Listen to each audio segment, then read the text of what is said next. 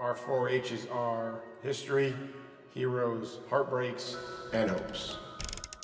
Some teams work together, but they don't actually know each other. You see, they show up, they do the job, they might even perform at a high level, but there's no real connection. But then you see another team, and it's almost like a family. They trust each other, they move differently.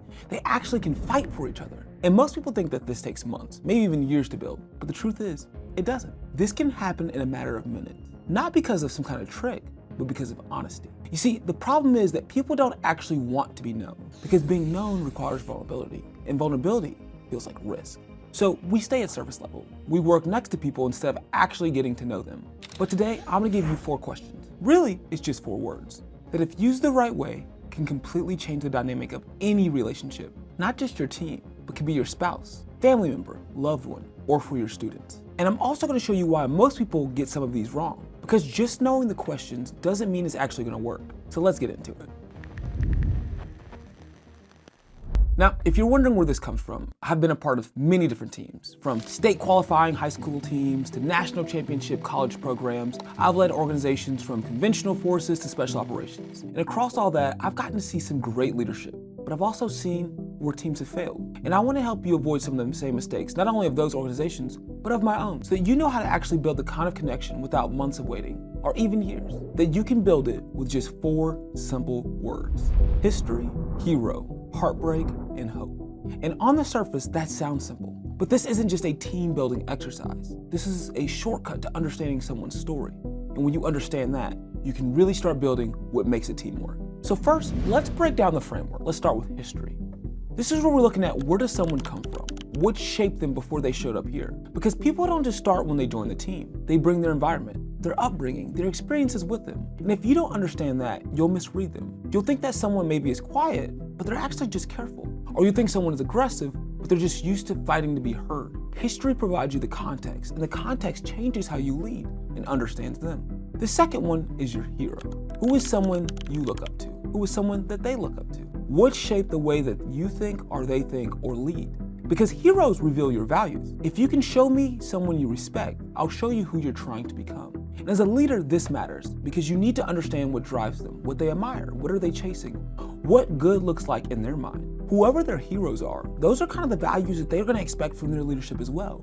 So you can get a really good understanding of their expectations as you as their leader. And once you know that, you can align with it. You can make sure you're giving them the love language, the leadership, the style that they aspire to want. Now the next one, this can be one of the harder ones, and this is the heartbreak. What's something that challenged you or changed you? See, this is one that most people actually avoid because this is really uncomfortable territory.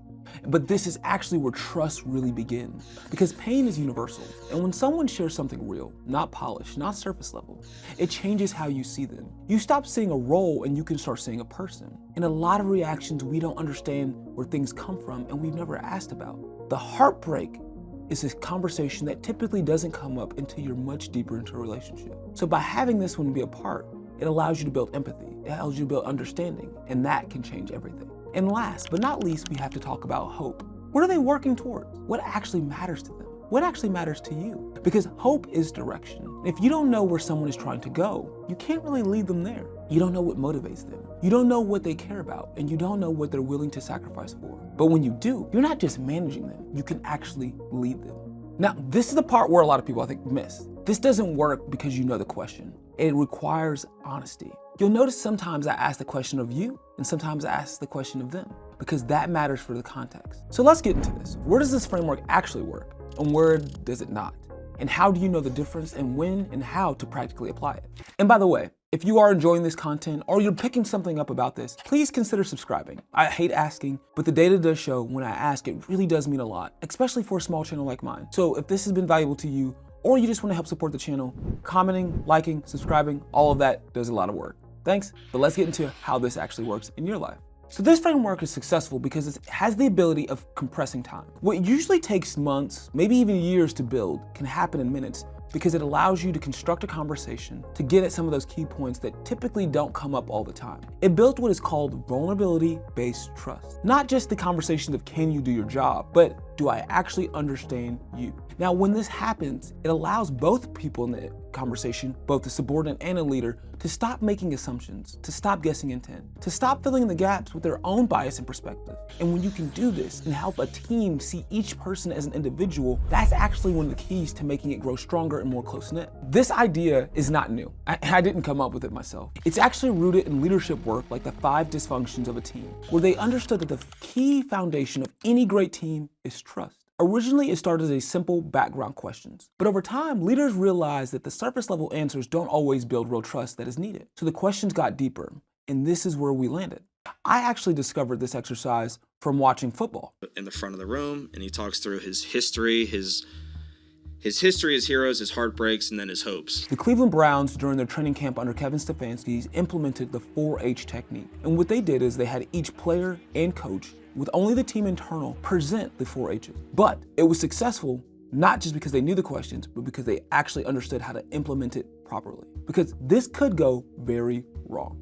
Many of the reasons why an exercise like this can fail is when leaders go first, but they don't actually reveal anything. They don't actually show the vulnerability that's expected. If you're not willing to be open with your subordinates, you're not willing to be open with the person you're having a conversation with, why should they be open with you? When you present the information, you are now establishing the framework, the standard, and the context that should be expected moving forward. So if you want to do this, you have to be revealing and expect that they will only reveal as much as you're willing to. This also brings into the second one. This will fail when people feel forced instead of safe. If you're creating an environment or you don't have an environment that is already built with trust, this is going to be a very hard thing to implement. The easiest way to build that trust early is being vulnerable and providing yourself at the disadvantage in that way. This is something that requires trust. This requires vulnerability. This requires a conversation that goes deeper than that surface level as we discussed before. But how do you build that if it's not already there? It goes back to the first one. The leader has to go first. You have to be willing to give trust in order to receive it. And so by being open with your team, by being open with the person you're sharing this with, you are establishing a sense of trust. And it is on them to receive it as well. And another reason why this can completely fall apart is when what is shared isn't respected. You have to understand that to build this level of trust, there needs to be a level of cohesion and keeping it together with the people that you want to be a part of your team. So not only do you need to set the example, but you also need to set the ground rules of what can and cannot be shared, because you're expecting people to open up into themselves, and they wouldn't want the whole world to know about this. So make sure you establish clearly early on what the expectations are, what's going to happen, and why you're doing the exercise as a whole. So now you understand what the 4H's are. You understand what they mean a little bit deeper. You understand what makes it go well and what goes wrong. But how do you actually apply this? What does it look like in the real world?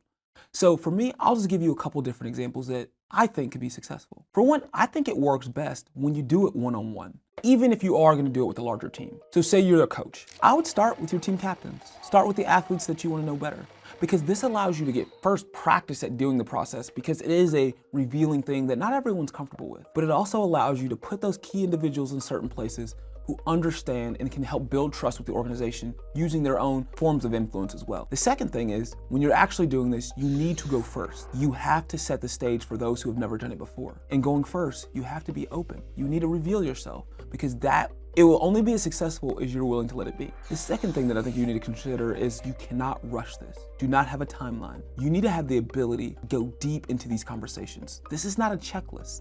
This is something that you want to be able to explore. So even if you started first, you started small with a small person, and you had the deep level conversation with the time needed, the next thing is you have to protect the information once again. Because once trust is broken, it's gone forever. Trust is like a bucket.